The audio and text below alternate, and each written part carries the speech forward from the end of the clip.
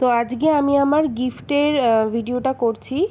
তো দেখো, গিফটে ফার্স্টে হচ্ছে গিয়ে এই একটা দুটো চকলেট আর এই একটা বই পেয়েছিলাম। এটা একজন আমাকে দিয়েছিল, বিভূতিভূষণের একটা বিরাট বড় বই, আর এখানে লেখা ছিল জন্মদিনের অনেক অনেক শুভেচ্ছা তিতলিকে, বনু ও দিদিভাইয়ের তরফ থেকে।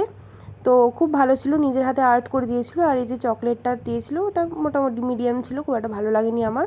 তবে হ্যাঁ, বইটা খুব ভালো, বইটা আমার খুব পছন্দ হয়েছে।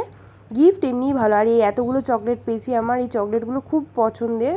তো এই চকলেট অতটা ভালো লাগেনি, বাট এই চকলেটটা আমার খুব ভালো লেগেছে। আর এবং আমার এক চাইল্ডহুড ফ্রেন্ড, খুব প্রিয় দুটো বন্ধুর থেকে আমি পেয়েছি।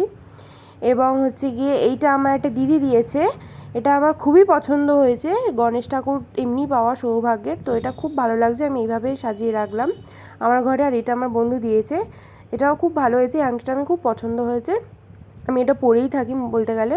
আর এই দুটো আমার কাকা দিয়েছে, এই কানের দুল দুটো। তো দেখো, খুব ভালো হয়েছে কানের দুল দুটো, আমার খুব পছন্দ হয়েছে। এটা আমার দিদা দিয়েছে। আর একটা টপ, একটা 500 টাকাও দিয়েছে, তো সেটা আমার দেখানো হয়নি, টপটা পরে নিয়েছি।